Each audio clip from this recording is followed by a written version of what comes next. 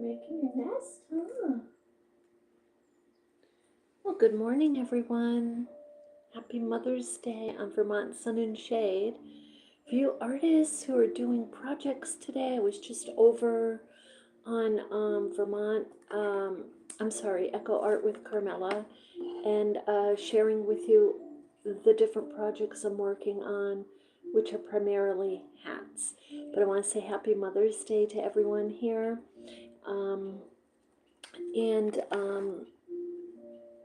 if you are a mom, whether you're a mom and you raised your kids and your kids are grown or they're little, or you're a mom of pets, you're gonna love this. So this morning, every day for over a year, when I talk to my finches, I refer myself as mama.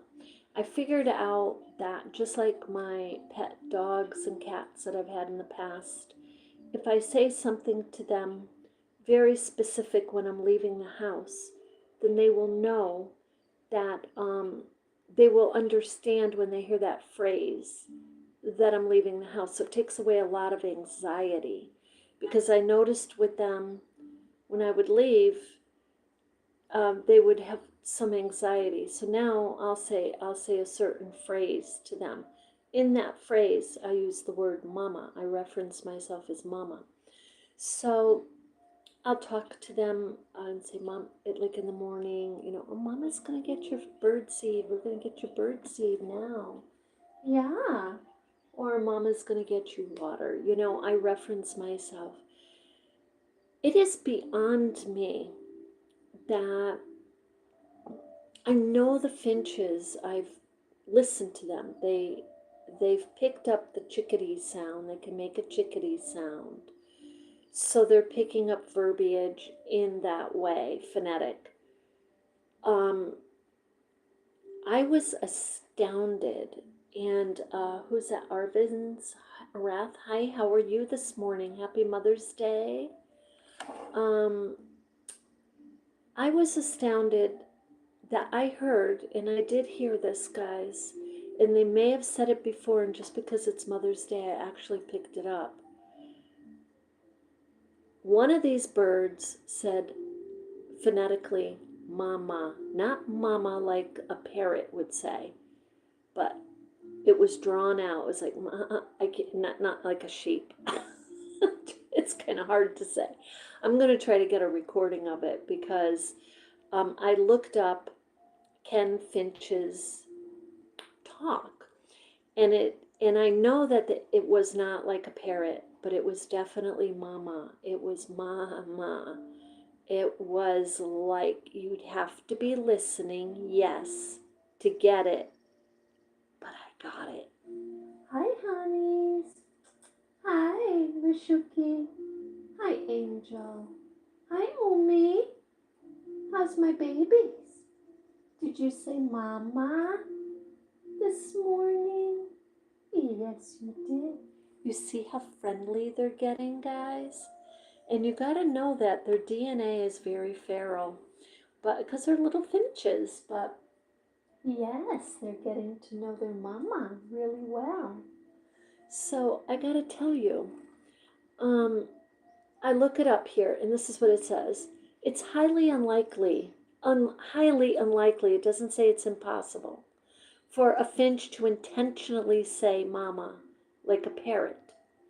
But they are very vocal, talented, and they mimic sounds and frequently make rapid, repetitive chirps. And yes, they do that all the time, that sound remarkably like human words to our ears, especially if they're excited or seeking attention.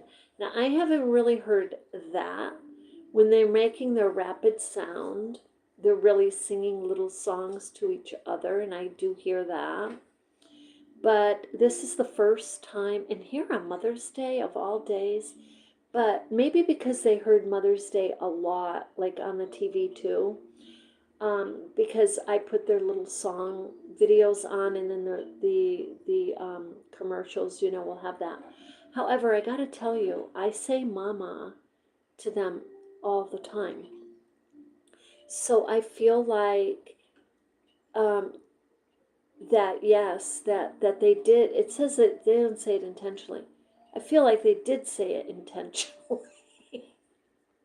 They were calling me, and they do call me. I noticed if I, especially right after I feed them, if I leave the room or I leave out the door to go to the garbage, like they'll start calling me. They'll call. They don't like me to leave them right after I've given them their breakfast. They want me to sit with them and talk to them like I always do. So if it's out of routine, they'll be calling me. Now, this is what it says: mimic cry. While finches aren't known for talking, they are songbirds that mimic melodies and sounds. So that could be part of it because I'll say mama, like that mama. So they like that. It's like a melody to them. The context: if the bird is young and looking for attention, repetitive chirping, yes. Um, and they're just saying that can be interpreted as calling for food. Behavioral sign: this can indicate, oops, somebody was there, I missed you. Who is it? Hi. Sorry. This could indicate the bird feels comfortable in its environment and is interacting with its owner. Yes, there's definitely a behavioral. Shock Wecky. Hi, how you doing? Hi, good. Happy Mother's Day. I hope mothers are well out there. Thank you. Thank you, Shawreki. Thank you. You know, I was saying on the other channel, there are so many moms, different forms of moms.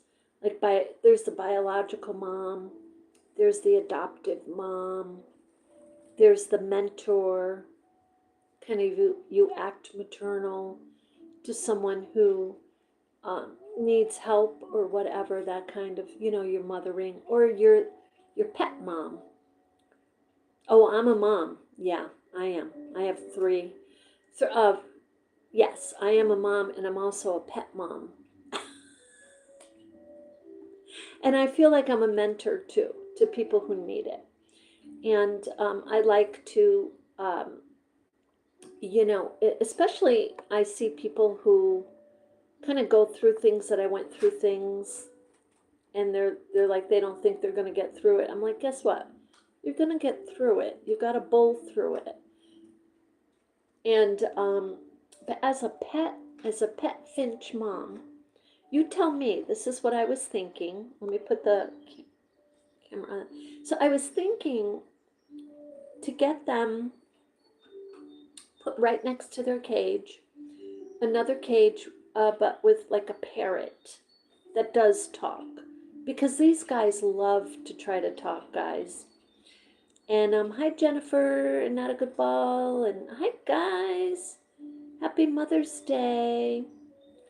So if I got them a parrot, now it would be, I feel like it would be a lot of, I don't want to say a lot of extra work for me, but as an artist, I have to pace myself. I do a lot of stitching, and it kind of, believe it or not, will kind of get me up here, will kind of get my whole shoulder and arm sometimes. I gotta be careful, guys, because I am older. So if I got a parrot, and like my son says, parrots live to be 100 years old. Yeah. Hi, Jennifer Dunlap. So the parrot would outlive me, don't you think? Because I am a grandma. Yeah. So I'm thinking about a parrot. Now, I noticed, did you guys see this in the news? That there were, let's see if I can find it, in Rhode Island, there were, at the rescue, Rhode Island Rescue Parrot, they had 74 parrots that they were bringing in because a woman, here it is. A woman, can I just tell you how people love their pets? This woman, I don't know if it's going to be in this article, she was sleeping in the barn with her parrots. Guys, she loved them so much. No, She was living 100 years old, guys. Parrots can live to be 100. So they outlive a few different owners sometimes. Hold on a second. Watch this. Hang on. Let me show you. Okay, the video's coming up. I'll show you the video.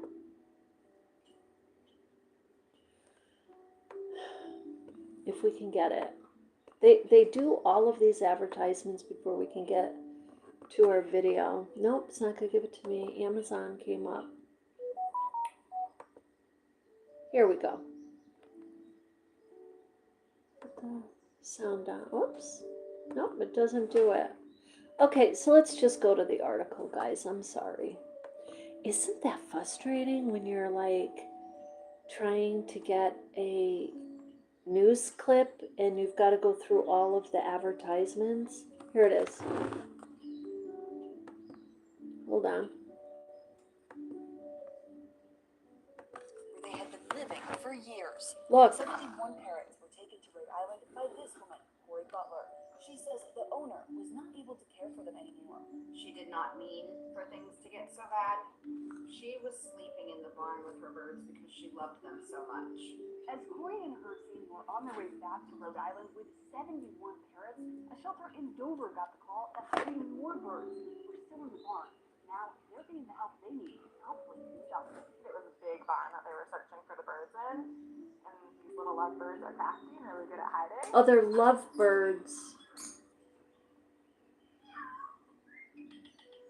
See how they can talk, guys? Society is no stranger to situations like this. The last time they teamed up with Rhode Island Parrot Rescue, 16 birds were saved. For Bilbo Baggins, Mary, and Pippin in Dover, they may be separated from their flock, but they should have a healthy and pampered life ahead of them. Lovebirds usually live 20 years. 20 years for lovebirds. For over 20 years, and they just kept reproducing and reproducing, and she wanted to do the right thing and continue to care for them, and she did her best. Now the hope is that sharing the stories of these parents will find them a new forever home. In Dover, so she had 71 parrots. So they were lovebirds. And so, okay, lovebirds live 20 years, but parrots, hang on a second, because I know this. I know my son was right on that because I looked it up. So let me tell you. Let's look it up. This is an Amazon parrot, I guess I'm thinking. How long does can I tell you something about Amazon parrots? Oh, 40 to 60 years. Well, let's ask what parrot lives to be 100.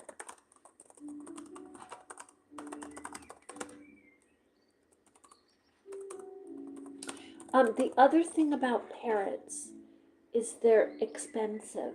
Oh, the macaw, that's the one. It lives to be 100 years old. It's the macaw. So,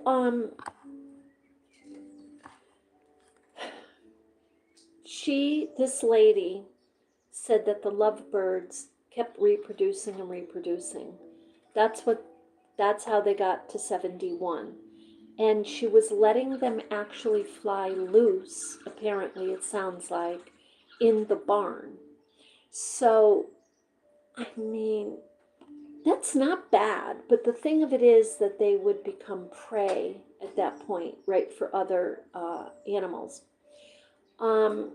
But anyway, guys, I just wanted to get on here quickly and share with you, and we'll put the video here on my finches.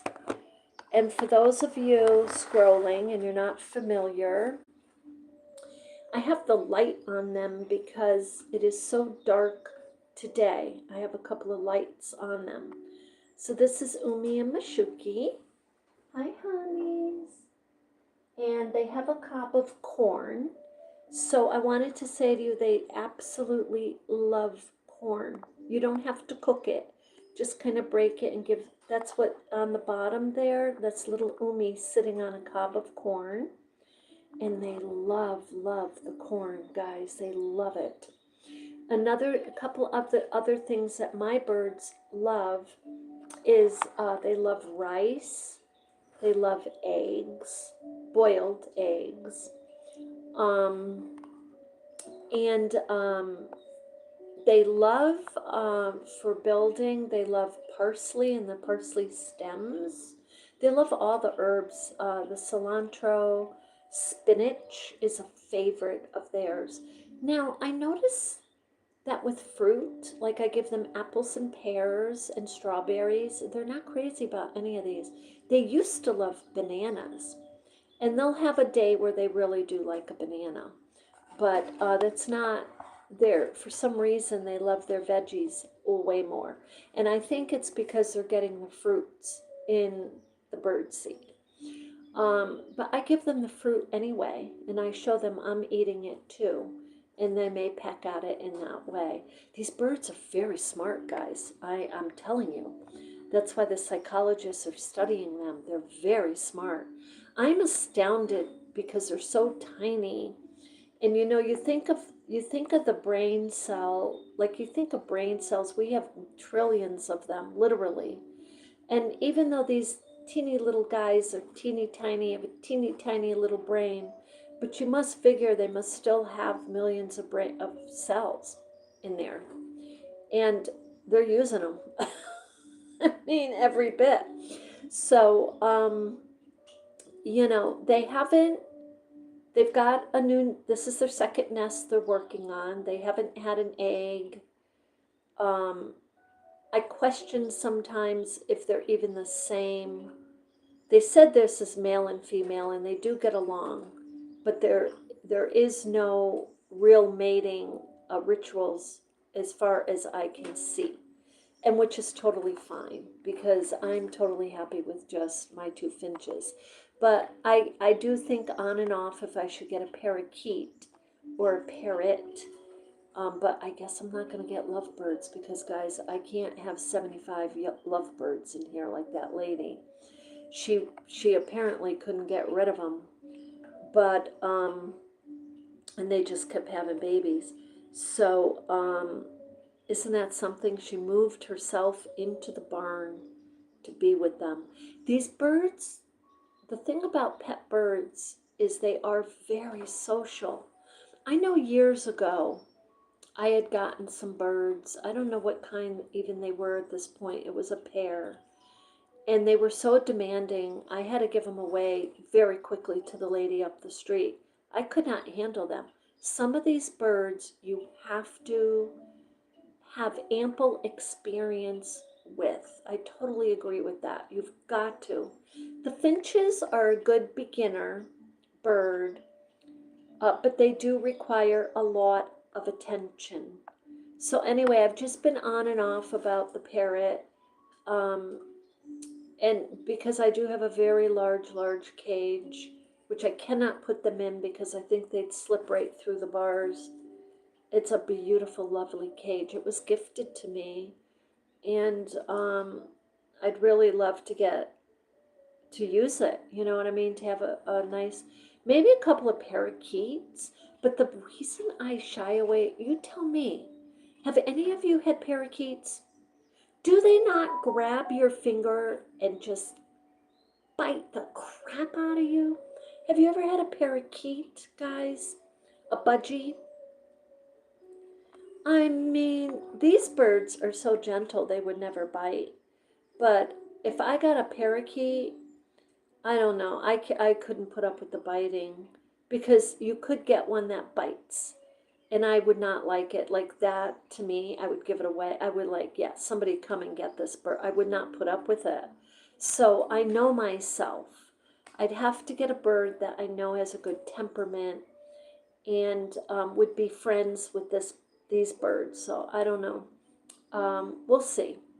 But anyway, I just want to say Happy Mother's Day to everyone out there, and just have Umi and Mashuki say hello to you. Yes, you say Happy Mother's Day. Yeah, honey. At your little swing. Is that your swing, your little nest? Yeah. What you got there? They get very happy when you talk to them, guys. They go get their food, they build their little nests. They love to be spoken to. They love the social. So I highly recommend if you're out there and you think your mom or grandmother needs a little companion and you're thinking finches, I would say it doesn't have to be the zebra finch. They're pretty, but these guys are beautiful too, and they're just so smart. The Bengalese are one of the smartest guys.